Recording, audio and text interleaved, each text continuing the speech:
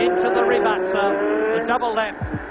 Senna's in trouble, could be fuel, so Senna slowed right down out of the blue, and one would hand down Stefan Johansson right behind him. So, Stefan Johansson set the challenge, and if that's fuel, Senna has no chance of making it. He's rode right down.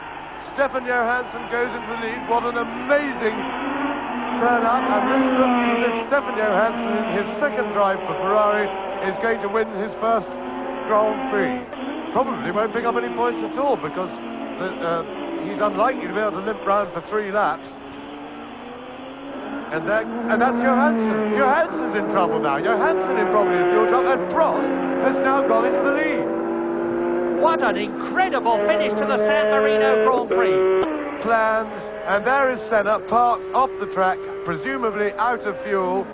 And to confirm that, with Johansson out of the race too, Elio De Angelis is up into second place, a 3-mile lap, and Nelson Piquet is out too.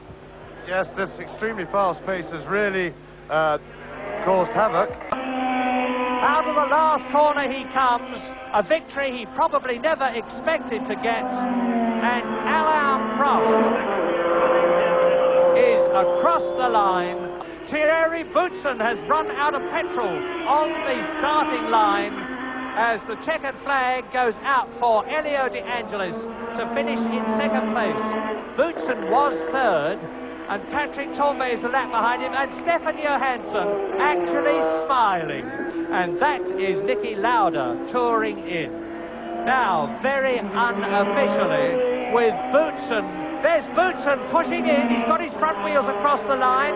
He's got to get his rear wheels across the line, and now he has done so. The fact is that with Prost having run out of fuel on the rundown lap, that's how close it was in this incredible San Marino Grand Prix. And it's very, very tough on the transition. There's one of the Renault cars in trouble. Patrick Tambay, oh, does he'll be popular. Tambay finally gets off, crawls back in. Totally blind now across that gap. I think to have driven up towards the apex like that was a little bit silly. Ooh, gosh, anybody could have been coming. Let's take a look and see if we can have happen here. To Tambay, he's looped it, bangs it into the wall, and the left rear wheel is slightly askew. It certainly is, and he waddles across the road there in a horrible crab-like fashion. He can't see around that corner at all, sitting that low, I can tell you. And now there's Prost. No, there's Prost. And Prost, something's happened. We missed it with Prost, but Prost has had a spin. He's spun on, I suspect, challenging Alboreto. Is some 20 seconds adrift. That's what the spin cost him, and that is how it happened. We see Prost challenging and spinning off. There he goes. Whoops. He's pirouetting around rather elegantly to do a further U-turn. A lot of grass and rubbish on those very hot, sticky tires, so it loses a bit more time while they clean up. で、ヨハンソン実はガス欠で止まってしまって、チェッカー受けられなかったんですよ。だったらさっき抜かなければ、5位でチェッカーだったじゃないですか。で、結局、まあ周回遅れで、5位のままだったんですけどね。なるほど。ただやっぱり考えなきゃいけなかったんですよ。で、これデアンジェリスに乗せてもらって、で皮肉なことにデアンジェリスはですね、レース終わった後、燃料タンクにガソリン20リッターも残ってた。燃費マイナスで出てたんで、逆にこっちの方はね、ご表示だったので、ですから今で言うと、多分27、8キロ燃料が残ってる。Johansson, and he has done the sensible thing, and the team managers can now see that Rosberg's quickest, and they must call their drivers in immediately. I suspect that at the end of this lap, everybody's coming in, and they've dropped the car off the jack. So, a bit of a cock-up there by the Ferrari team, whose teamwork has not been the greatest here. And that must be Alboreto. That's Alboreto, I would guess, with yep, and that's engine gone and the whole thing on fire. That's very spectacular. That will be the turbo, the oil in the turbo taking off, and if I was McKaylee, I'd park that and get out of it rather quickly. But find a marshal's post, because as usual, the British marshals, the best in the world, will be onto it very quickly. I don't think McKaylee realises he's on fire. And he will certainly realise that he is out of the World Championship. No points again. This is the 5th retirement, or about to be, for Michele Alboreto.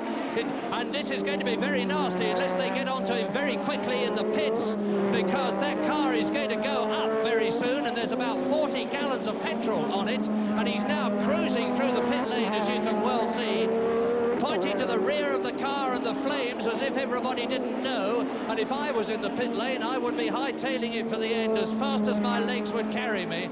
But Michele Alboreto will be bitterly disappointed and frustrated. He's been pretty fed up with the Ferrari team. He's getting out of the car now. He's going to jump to safety. But there's some amazingly relaxed people in that pit lane. Let's look at the fire extinguishers getting into action. And that's it. That's it. Alboreto is out of the race. Alboreto is out of the World Championship. If Alain Prost finishes 5th or higher, he is going to be the world champion of 1985. Tyres, and they did, and there is Father Mansell. Looks very happy indeed. And he has indeed got a chest muscles problem. Away goes the champagne, which I always think is a job. Take that, Alain Prost. That's for being world champion. And that is a very good place not to be after a race, I can tell you. Ayrton Senna's got a face for, and is stinging his eyes. Prost, the world champion. Nigel Mansell, the race winner, the 2 top men of the race. But let us not forget either that Mark Surer drove a super race, holding 2nd place until his engine blew in the closing stages. So many of them did.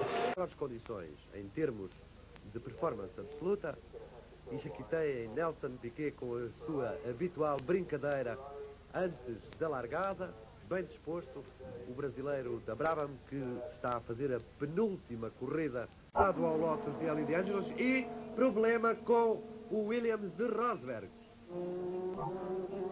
Reparem no despiste de Keke Rosberg. Foi um problema de travagem. Não foi toque nenhum, foi um problema de travagem. Yes, and that's perfectly timed, because 2 hours is coming up. It will be up, and there we are. And what a battle. Now, let's have a look at this again, because Jacques Lafitte is furious with Streff. He's angry with the new boy, and he's hit him, and Streff is going to be out of the race. He's destroyed his suspension. Blotted his copybook. That means to say that Guy Ligier is going to lose a lot of money, because instead of having 2 cars home, and Streff is going to try and go for it, he's over the line into the last lap, so he will almost certainly qualify 3rd, because Capelli is a lap behind Streff, who's manfully trying to get the car home. But what a silly manoeuvre. We wait now for Jacques Lafitte to come in, and here he is. The Frenchman is going to finish. That's Philippe Streff, I'm sorry.